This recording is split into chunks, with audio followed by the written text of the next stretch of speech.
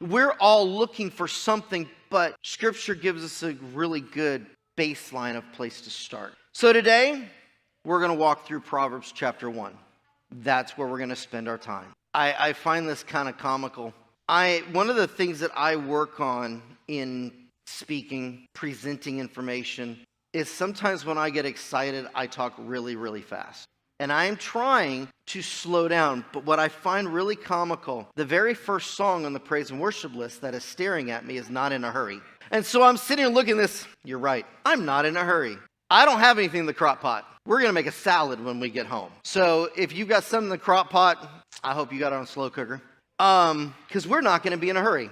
We're just going to work through this and break it apart like we do to truly understand, because Proverbs chapter 1, it is an amazing, the first section is a good understanding of it, the whole purpose of the entire book of Proverbs.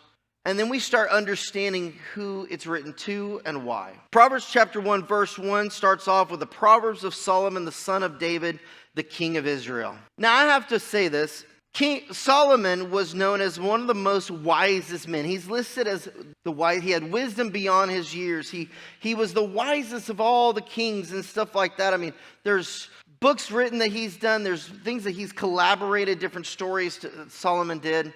And I just want to remind everybody that Solomon, as being the most wisest of men, still had his issues. He had a ton. It proves you could be the most intelligent person in the room and still be lacking in wisdom and knowledge. But more importantly, lacking on how to practically apply it to your life. Wow, that was an interesting rumble in the room. It was like a low-run thunderclap down the room, kind of a thing.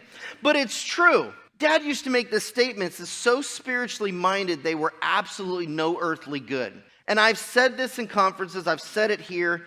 Everyone should read this. But if you can quote me the book, the Bible, from start to finish, but you can't tell me how to practically apply it to your own life, what good did you do reading it? If you can't take Scripture and pull it apart, digest it, and put it into some forward motion in your life to better who you are, to be one step closer to being what God's called you to be a better steward of what He's given you, to be a better parent, to be a better son, to be a better daughter, to be whatever better than what you are, what good is it that you're reading it? Don't get excited at me that you read the Bible all the way through in a year, but can't tell me what it means. It doesn't do any good. Solomon has proven that. Learn from it. Now, before we even get rolling into verse 2 through 4, verse 2 through 4 gives us the purpose of the entire book of Proverbs. Everything following those verses is based on the first three, or 2 through 4. To know wisdom and instruction, to perceive the words of understanding, to receive the instruction of wisdom, justice, and judgment, equity, to give subtlety to the simple, to the young man, knowledge and discretion. This simply puts to know God, His ways, His thoughts, to know what it is to do with those nuggets of truth and how to apply it in a practical sense. That is the purpose of the book of Proverbs. I don't remember, I told Sarah I was going to teach on Proverbs. She goes, which sticky note are you going to be teaching on? Because Proverbs is like a bunch of sticky notes. I don't remember if it was Dad who said it, Mom who said it, Pastor Anita might have said it. Somewhere in my last history of 26 years, somebody here said that Proverbs was a bunch of sticky notes that Solomon put together or King David wrote, and Solomon collaborated them together and put them in a book. Those little nuggets of truth. It was funny, I was talking a year or so ago, I ran across a teaching and I was looking for sticky notes that Dad wrote towards me one day. He gave me sticky notes of little nuggets of wisdom from time to time. Some of them were absolutely powerful. Some of them were absolutely stupid. And I don't mean stupid as in ignorant. I mean silly stupid. Like little silly notes. I mean, there was one time thinking about sticky notes. We were in a very intense board meeting, elders meeting. And if you knew where we sat back in the day, Dad sat at the head of the table in the bridge. Mom sat to his right. I sat to her right. So Mom was between Dad and I.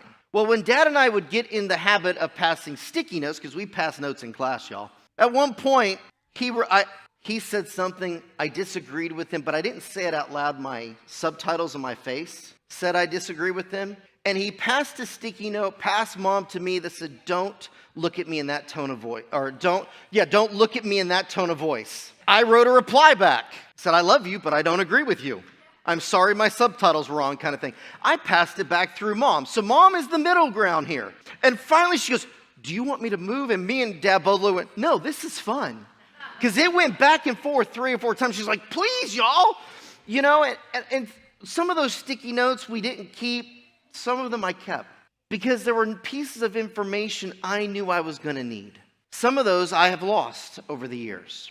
I ran across a piece of paper that had a photocopy of some of those sticky notes at home one day. And it was these little nuggets of information that I needed that day alone. That was absolutely pertinent. So when you're looking at Proverbs, just figure these are sticky notes that David probably wrote some of these and gave them to Solomon. Solomon wrote the book, yes, but it's a collaboration of different things. And so these are little nuggets of truth that we all need to know. It helps us in our journey. Now, pulling back to verse 2, to know wisdom, instruction, to perceive the words of understanding. Wisdom is a divine, ethical, and moral understanding of something.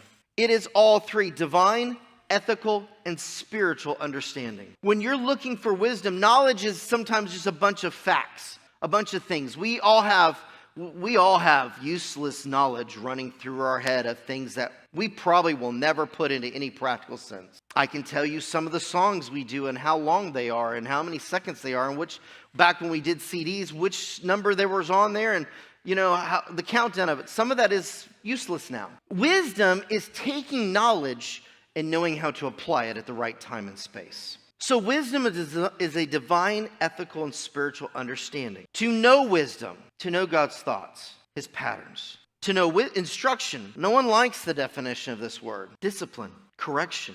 We don't like being corrected. But there are times we have to know correction in our life, which puts us back on the path we're supposed to be on. Because we a bunch of kids. We a bunch of sheep. We don't always follow the right path. We get off, and so we have to know these, and these are great little sticky notes to get us back on the right path. To perceive the words of understanding means I'm supposed to be having discernment. I'm allowing the Holy Spirit to help me hold every thought captive, understanding things. Verse 3, to receive instruction of wisdom, to receive discipleship in understanding and righteousness, having a moral and ethical integrity about our life and equity, being fair and impartial. Now, I found this little definition or a comparison between equality and equity. While equality implies treating everyone the same, equity recognizes the individuals may have different starting points and needs and requiring adjustments to achieve that fairness. There is a point of treating everyone the same, but at the same time, wisdom teaches us to know someone's starting point and where they are in their journey, and we may have to adjust things that they should or shouldn't know and still bring fairness. I can talk to my youngest children in one way, still bring correction, fairness to them, at the same time talk to my older children who have had some experience and a little bit longer in their thing. Same fairness, but they should have a better understanding of where their journey is. Verse 4, to give subtlety to the simple, to the young man knowledge and wisdom, to give prudence, being careful in making decisions.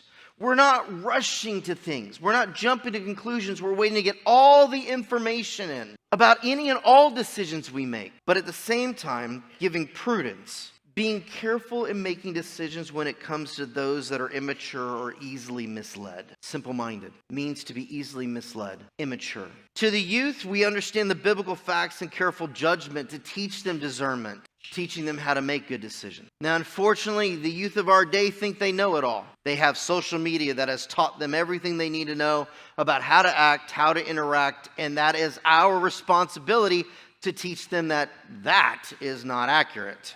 And they don't like correction, and because, guess what? They learned it from us because we don't like it either. You want an ouch? When I realized this, I thought of a few times God and also, aka Dad, not God and Dad as the same person, but God and then Henry Wright brought a correction to me, and some of the attitude I gave in response, I see in my children. Where did they learn it? Now, I get it. Rebellion is bound up in the heart of a child, but they had to learn it from somewhere. Just talking. If you see kids in church talking and when everybody else is preaching, they've learned it from somewhere. I'm just saying. They've watched us. Our purpose, the purpose of Proverbs, is to take nuggets of truth. They're designed to take these nuggets of truth to help us walk in a life. How we walk, how we talk, how we think. Walk in our everyday practical life in a way that is pleasing to God, but is also beneficial to others.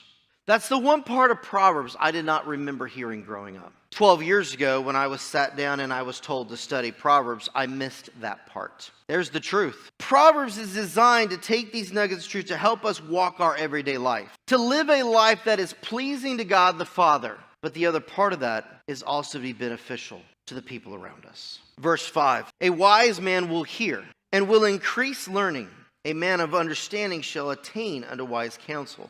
A wise man is always learning. We have this thing from time to time. We sit at dinner. We don't sit at, almost sit at the dinner table. And anyone who's been at my house, no, we don't ever sit at our dinner table. We sit at the island. That is the focal point. That's where everybody sits and we all congregate there. There's this thing that we do from time to time. It's not every single night, but from time to time, it's what did you learn today? And everyone you kind of skip around, but that it falls on me and Sarah as well. Each day we should learn something new. A wise man is constantly trying to learn. That was probably one of the most difficult things for me to understand. When I first started understanding what it meant to be a boss or a leader or a shepherd, and I started it when I became principal of the OA many, many years ago. However many years that's been now. What is that, 10 years ago, I guess? 11? When I first became principal, the first thing I did is I had to figure out what it meant to be a principal. So I bought books. First one I bought, some of you are going to love the title of this. It's a really great book. Lead Like a Pirate. I was like, arr. I like this book. But it was the truth of it. But so how do you learn? You have to read something. I didn't like reading. I had to read what it meant to be a principal. I had to read books on what it meant to be a CEO. I had to read a really great book on how to be a pastor. What it meant to truly be a shepherd. That's how we learn. A wise man is always trying to learn. She is looking for things to absorb in, to add to our knowledge. They don't know it all. A man of understanding will obtain unto wise counsel. A wise man or woman will surround themselves with wise counsel and will listen to them. Now, I will add this. It doesn't mean always do what they say. Now, here reasoning why. We are to surround ourselves with wise counsel, but each of us are responsible for our own decisions. Just because someone says this is how you should do it doesn't mean, now I'm not talking about a boss to an employee or team leader. That's not what I mean. As a shepherd, I'm going to give you tons of options.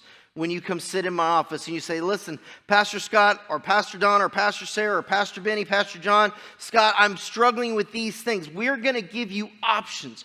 We're not going to tell you what to do because that decision has to be yours and yours alone. Because you are responsible for the decision you make and you need to own it. You have to be fully persuaded in that decision. But a wise man understands shall obtain at a wise counsel, which means they're going to search him out. Before a decision is made, they start to search out wise counsel, people who have been there, done that. They didn't learn it on social media. They learned it through experience. Verse 6, to understand a proverb, the interpretation, the words of the wise, and their dark sayings. It's like, wow, we're talking Proverbs and we're talking dark sayings. I absolutely loved the breakdown of this verse for me. I actually texted Sarah late last night. I said, you're going to love this part.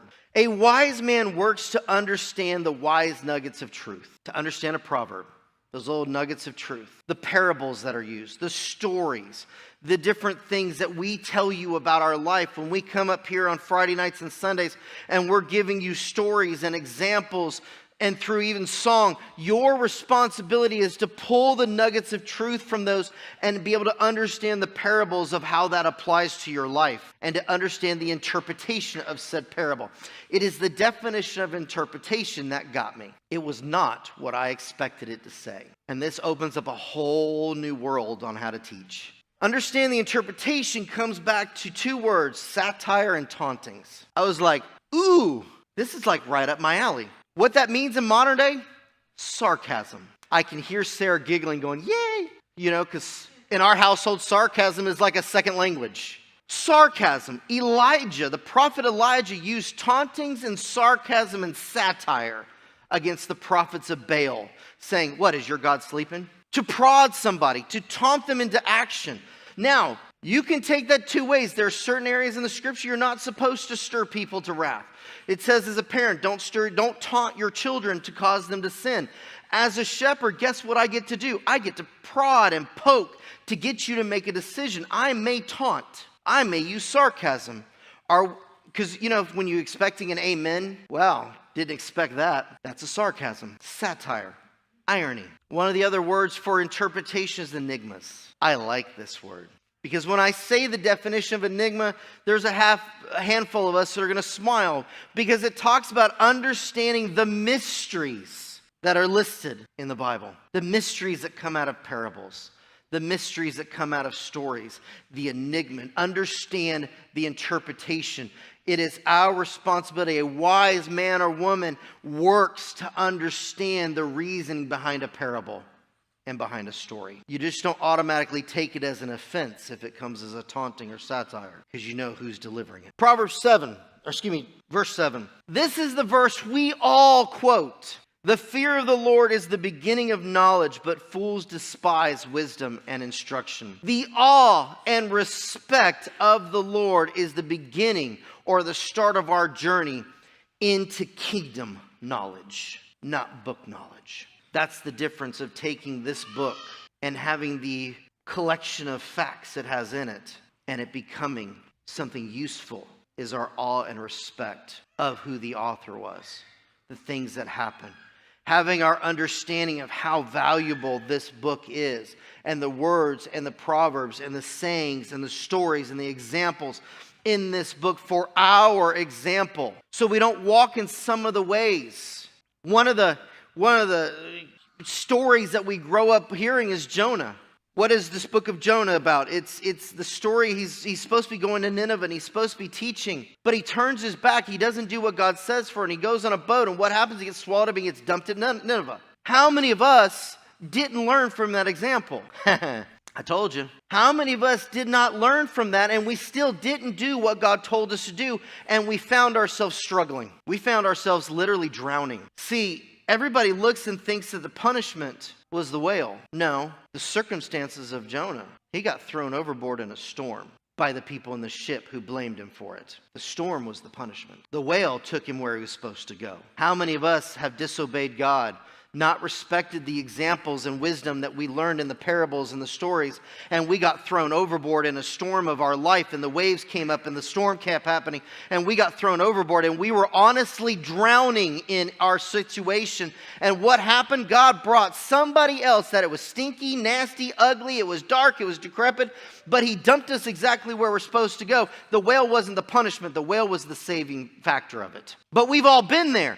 Because we didn't apply, guess what? Wisdom. The fear of the Lord is the beginning of understanding kingdom knowledge. But fools, those that disrespect God, those that have a bad moral integrity, those who mock wisdom, those who are quarrelsome during correction, those that cause a fight when somebody says, listen, I think you need to do it a little better, and you get an attitude. Remember that statement earlier I made about kids? But fools despise wisdom and correction. This is not the be a fool for Christ we had t-shirts for in the early 2000s. It's ignorance. It boils down to making bad decisions, having zero respect for God. We know those people. The sad thing is some of us in this room are probably those people. Well, no one in this room, but those that are watching. Not y'all watching. Those that will watch later on. Let me clarify all of this.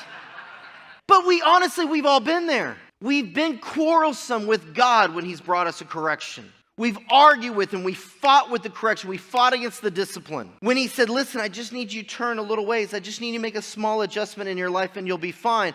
We argued and he fought. And what did he do? He goes, fine, you go right ahead. Call me when you're ready. But can we? Let's get a little bit further down this book or this chapter. Verse 8. My son or daughter, hear the instruction of thy father and forsake not the law of thy mother. Hear. This here is the same thing in Deuteronomy chapter 28 that says hearken. It is with an intent. It's to listen with the intent of obedience. Not just, yeah, I hear you. As parents, we hear that response of, yeah, I hear you. And there's this thing inside of us that instantly kind of goes, we bristle. We're like, no, I know you hear me, but you ain't listening. Hear means with the intent of obedience. When that nugget of truth comes, when the instruction from the Father, whether we're talking God the Father, God the Word, we're talking, or a father figure, head of a family unit, or you could expand this a little bit more in its definition to a leader, a boss, a chief. Actually, one of the definitions I found actually said the word principal, because they're giving an instruction. Hear it with the intent of obedience, and forsake not the law of thy mother. Don't abandon the instructions and discipline and the rules of the mother. Her job is to bring nurturing and care. Don't abandon what she tells you. This is the instruction. Now, I could picture this on a sticky note that King David probably gave his son Solomon. My son, remember the words I said. Remember the instruction of your mother. Why? Verse 9 continues. For those instructions, those words, those laws, those things that are told us, the little nuggets of truth to help us along our way, are to be an ornament of grace unto thy head and chains about that neck. Those instructions are going to be those fine jewelries, those pieces of jewelry that we are excited and joyful to wear and show off to everyone who sees it. Guys and ladies, we're no different. I wear a chain most time outside of my t-shirt. It represents the two standards I stand for. God is one, America is the second one. Sits right here. Ladies, you come in with fine jewelry. You got beautiful pearl necklaces and little pendants hanging there, and you're really proudful and excited, and you say, look what my husband gave me, or look at this and look at that. That is what instruction should look like to us. When we're given instruction, the instruction I got years ago, I didn't enjoy it then, like at all. Today, I understand this verse. I am grateful for the instructions I've been given over the last 20-something years. As I was growing up to be able to stand here. Those I can wear and be joyful about because it changed me from the destruction I was going to the salvation that I'm standing in. Each of us need to look at that instruction the same way. The words of our leaders, our bosses, our father figures, our pastors, and the laws of the mothers, those that nurture and care for us, that want the best for us, to take those instructions with the intent of obedience. I started this off with this as well. Second to having a personal relationship with God, our second primary objective in our lives is to take the knowledge that God has given us and transfer it to the next generation. Wow, that was, I'm trying not to be sarcastic. Try not to be taunting or mockery. Our responsibility needs to be taking the knowledge that we have of God and passing it on to the next generation. That is what it should be. Now, the thing is most of us don't know how to do that very well. We'll come up with every excuse of why we shouldn't or can't do it. Trust me, I watched the blooper reel from last week's me trying to say Ephesians and epithets. See, I still can't do it today. And I tell you what, as funny as that was, and Jen, I absolutely appreciate it. I loved every second of it. But at the exact same moment, the enemy came to accuse me. Oh, no, don't take it down.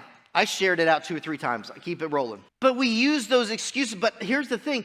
Our responsibility is to teach the next generation what God has done. It's how it was always designed in Hebrew. In the Israelites, they passed it down from generation to generation. They told the stories, the parables, the Proverbs. As we continue to work through Proverbs, we get to verse 10, and through 10 through 19 is a warning. It's the first warning in Proverbs. And it really, truly, it's the warning is against those who want to start a gang. Oh, you haven't noticed that? This is the definition of a gang. This is a warning against those who would want to start a gang to take advantage of others and enticing us to join. Now y'all looking at me funny. It's like, no, I want to see that. Where is that in there? I didn't see that in there. My son, if sinners entice thee, consent thou not. Don't give in to it when people try to entice you to sin. If they say, come with us, let us lay wait for blood. Let us lurk privately in secret for the innocent without cause. It's a gang. Let us swallow them up alive as the grave, and whole as those that go down into the pit. We shall find all precious substance. We shall fill our houses with the spoil. This is about joining a gang for robbery, or depending on what state, burglary, larceny, whatever terminology fits for your world. Cast in thy lot with us. Come join us. Join what we're doing. Let us all have one purse. My son, walk not thou in the way of them. Refrain thy root from their, but thy foot from their path. We ain't doing that again. For their feet run to evil and make haste to shed blood. Surely in vain the net is spread in the sight of any bird. This is all about people who are out to entice you to join their little bitty clique of gossip and storytelling and all of that. Why? To see the destruction of the innocent. You want to take it out of a gang for robbery? How about robbing somebody's word of mouth? To steal their integrity, to steal truth. It's a little different when not change scripture, but when you start to understand what it truly means. But if we just run over it really quickly, we miss. We've all been there in our lives where we have been around a group of people who have tried to entice us into sin. The instruction is simple: stay away. Verse 17, surely in vain the net is spread in the sight of any bird. Surely the net, try and trap somebody. If you're walking around with your eyes wide open, you're using spiritual discernment, you're using situational awareness, if you're actually listening to the words coming out of people's mouth, the net they set to trap you is in vain because you'll be paying attention. Trust me, they're out there. They will look just like you. They will use the terminology that flatters your heart to entice you. Seen it all over our conferences and everything, where somebody will come up and try and say something to get us to think a certain way. I fear God greater than I fear man. Verse 18, and they lay wait for their own blood. They lurk privately in their own lives. So are the ways of everyone that is greedy of gain, which taketh away the life of the owners thereof, enticing us into sin that produces death, whether or not it's our spiritual death, our physical death, or someone else's. Little nuggets of truth that each of us need in our journey. I wrote myself a little block of information here. The next section starts an argument in a lot of different places because it takes wisdom and sets it as a female. Here we go.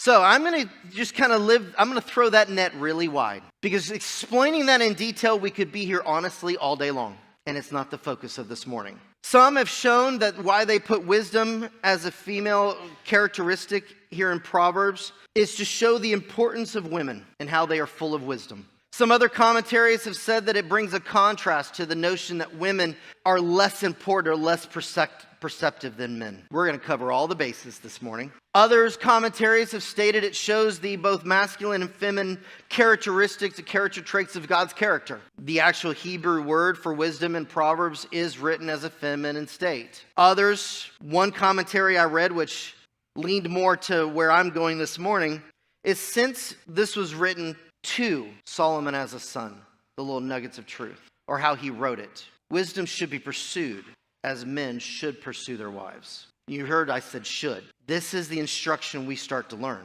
And either way, however you look at why wisdom is there, and we could probably spend an entire day on it, our focus has to be where? The beginning of wisdom is found in the fear of the Lord. And that wisdom, God's wisdom, should be pursued the same way we pursue God. If it's not, we need to up our game. Because verse 20 continues with wisdom crieth without. She uttereth her voice in the street. She crieth in the chief places of concourse. In the openings of the gates. In the city she utters her words. She is crying out loud everywhere. In the city, in the marketplace, at the city gates, at the beginning where you come and where you leave, in front of every building, in every aspect of our life, trying to get us to listen to acts of wisdom to get our attention. But what is she saying? Verse 22 shows wisdom not as an abstract concept, but a person with emotions, feelings, and bringing a correction. She's yelling, she's screaming, she's trying to get our attention, asking a question. How long, you simple ones, will you love simplicity? And the scorners delight in their scorning, and fools hate knowledge. How long will we stay simple-minded in how we look at our lives? How long will we allow ourselves to stay immature, naive? Which point do we have a desire to want to mature and grow up? From the youngest to the oldest. How long will we still delight in scorning somebody and putting something down and belittling them and causing fights and argument and strife? How long will we stay so immature and simple-minded that that is our mindset, that we will hate knowledge and be a fool? How long will this continue on? Verse 23, turn you at my reproof. If we just stopped there for a second. This is the understanding. How long will wisdom say the same thing over and over and over again, but we choose to be simple-minded? We choose to stay immature in our thinking. We just don't try to be mature in the Word of God. We just stay there. Turn at my reproof. Which point do we finally take in the instruction? Take in the correction and go, you know what? You're right. and we change our ways. Behold, I will pour out my spirit into you, and I will make known my words to you. Wisdom's spirit is no other than God's spirit here. If we turn from our ways, if we accept the reproof, God's wisdom, God's spirit will pour out. It talks about a gush forth, a springing forward, a meaning of an outpouring of the Spirit of God into our lives and His words to His people. It's something we've been praying for, but it also comes with a warning for those who refuse the outpouring. Now, you're probably looking on, who would refuse an outpouring of the Spirit in a church body or in our personal lives? Yet we do it. Verse 24, because I have called and you refused. I go back to the skit on the OA night, the audition.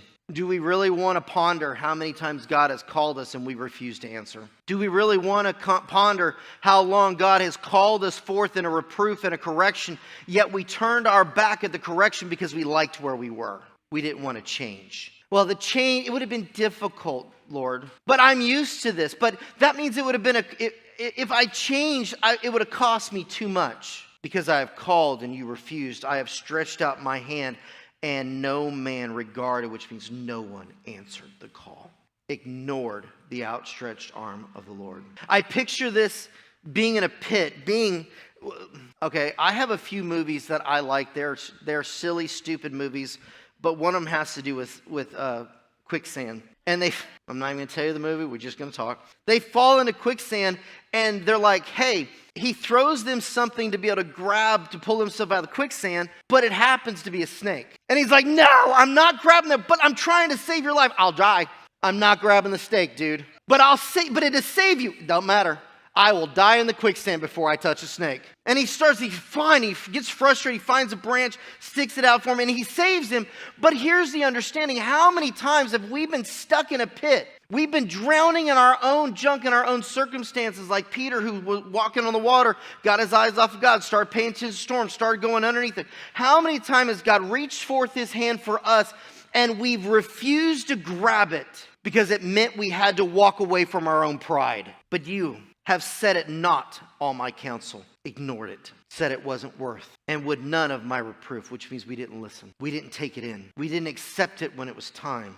For your fear cometh. Backtrack one more. Cancel and would none of my reproof. I also will laugh at your calamity. Now I want to jump through from 26 to 30 really quick and read through this because this was eye-opening to me. This blew me away when I read this. I also will laugh at your calamity. I will mock when your fear cometh. When your fear cometh as desolation and your destruction cometh as a whirlwind. When distress and anguish cometh upon you.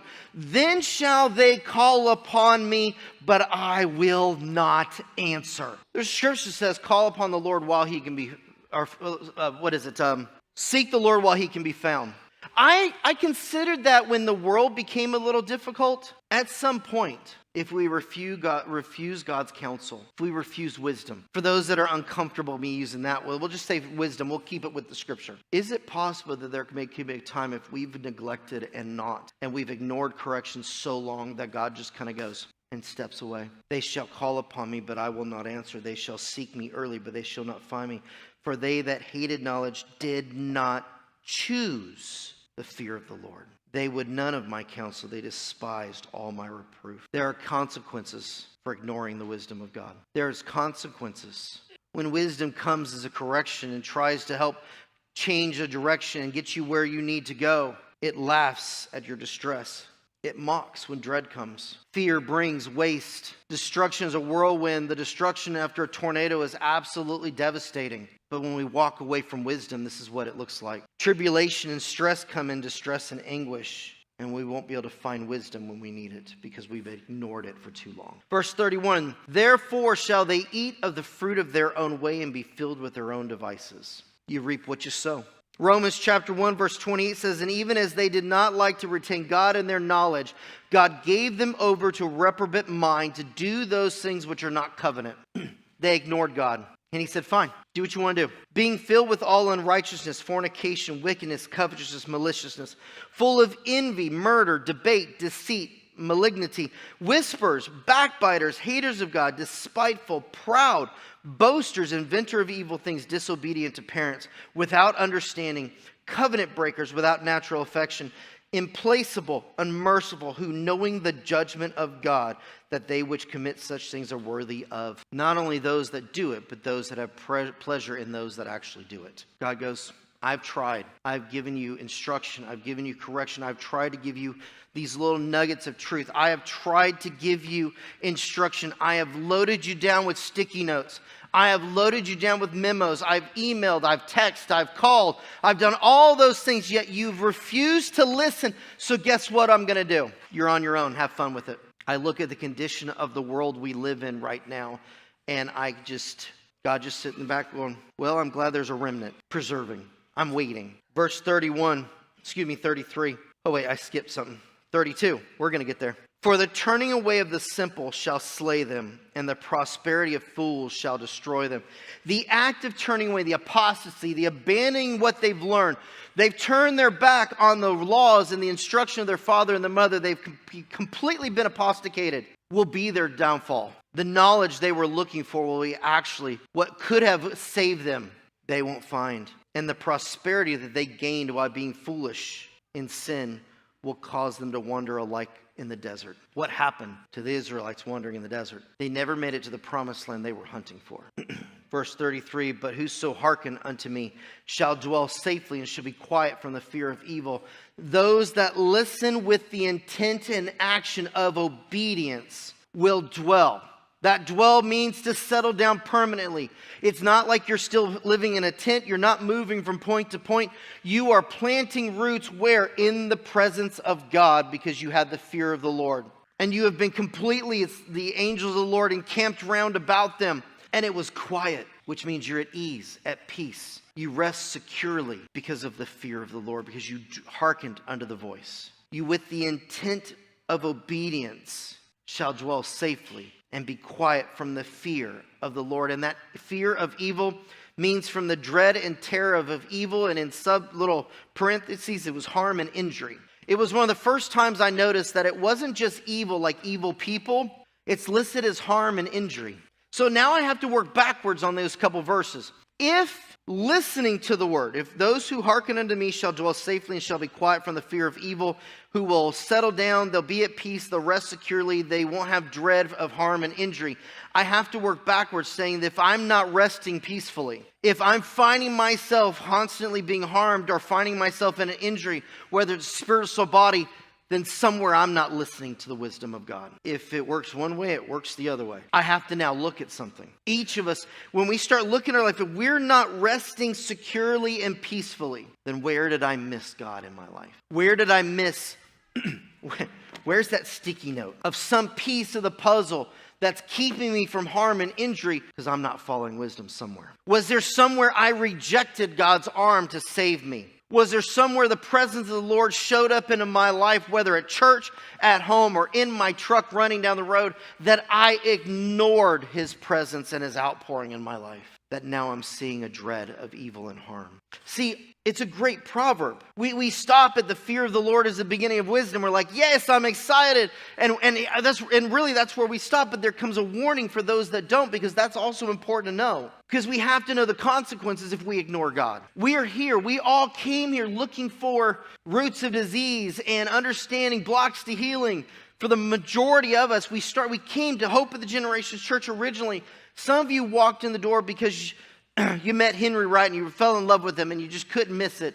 Other of you came here because you fell in love with the church and the love the church had because of how it treated you at being held during a retreat or a conference, which is all great. But at some point, if we start to ignore the wisdom and knowledge that brought us here, there's consequences. And if you're 20 years down the road, 15 years down the road, 10 years down the road, and you're missing something, it's like, well, I got healed when I first came here, but something is missed over the last years.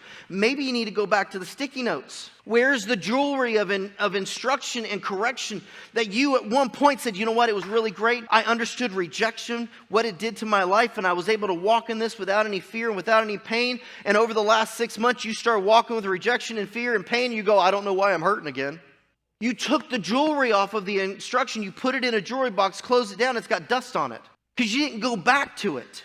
There are consequences for not following wisdom. I wrote a note in here that says, in closing.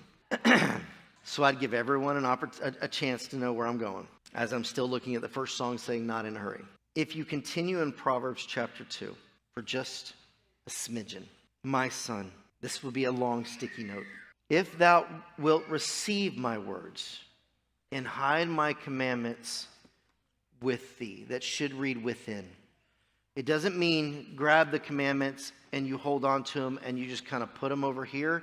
It means do you take them and make them part of who you are, to walk in them, live in them, so that thou incline thy ear unto wisdom, which means when wisdom starts to talk and starts to call and it cries out in the streets, we kind of turn our head, we start to listen going, okay, I'm hearing wisdom, now I got to start listening for it, and apply thy heart to understanding. There's an action. I incline my ear and now I'm applying my heart to try and understand the words coming out of wisdom's mouth. I'm listening to her. I am scooting right up next to hear what's being said. Yea, if thou criest after knowledge and liftest up thy voice for understanding, which means we're crying unto God going, Lord, I need to know wisdom. I need to understand this. Please teach me the definitions and the mysteries of the parables. If thou seekest her as silver and searchest for her as hidden treasures. The whole lead like a pirate, arg, are we diving into the map? Then, there's a whole lot of if, then, and buts. There's a whole lot of if, thens. If thou seekest her as silver and searchest for her for hidden treasure, then shalt thou understand the fear of the Lord and find the knowledge of God. See, it started off with the fear of the Lord is the fear of the Lord is the beginning of the knowledge of God, the wisdom and understanding. He gave you all the consequences for what happens if you don't apply it and listen and don't put out your arm out for it. Then he says, but if you really want it, here is the key of how to do it. Incline your ear, listen for it.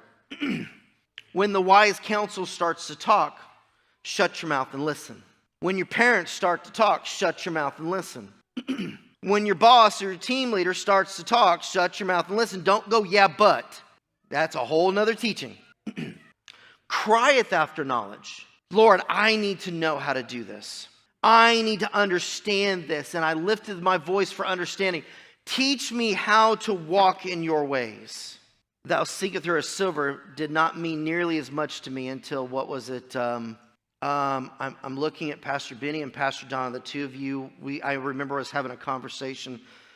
We were discussing during the ups and downs in the political world. We were talking prices of gold and silver at one point, and everyone was buying up every piece of silver, not 30 pieces. We'll clarify this. Buying it up, and I never understood this verse until I thought about that season, that everyone was buying up every bit of silver and gold they could find on every market there was, and the prices of it were so skyrocketed, it was ridiculous, but people were still paying the price, they were hunting for it. Are you acting like that towards wisdom and knowledge of this word? Is it worth making it a priority? Is it worth seeking it out, looking for it, taking the time? There are so many shows and so many things about treasure hunters and looking for. I mean, whether you believe the treasure is there or not, it really don't matter on whatever island you're watching.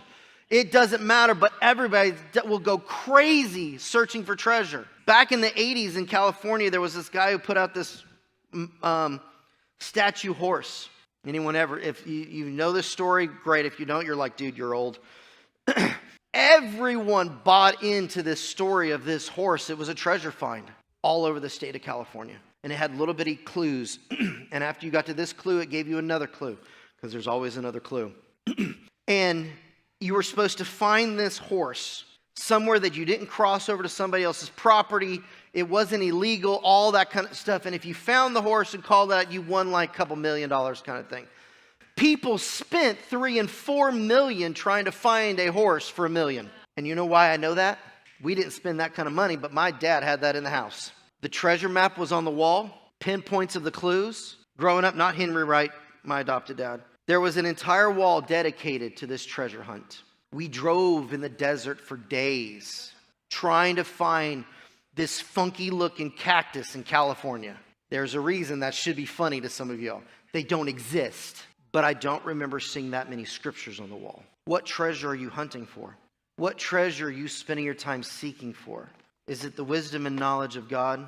Or is it something temporary and non-eternal? Then thou shalt understand the fear of the Lord and find knowledge, for the Lord giveth wisdom. Out of his mouth cometh knowledge and understanding. He layeth up sound wisdom for the righteous. He is a buckler, a shield to them that walk uprightly. He keepeth the paths of judgment and preserveth the ways of his saints. All when we understand the fear of the Lord. Then shalt thou understand righteousness and judgment, equity and being fair, and every good path. When wisdom entereth into thine heart, and knowledge is pleasant unto thy soul, discretion shall preserve thee, understanding shall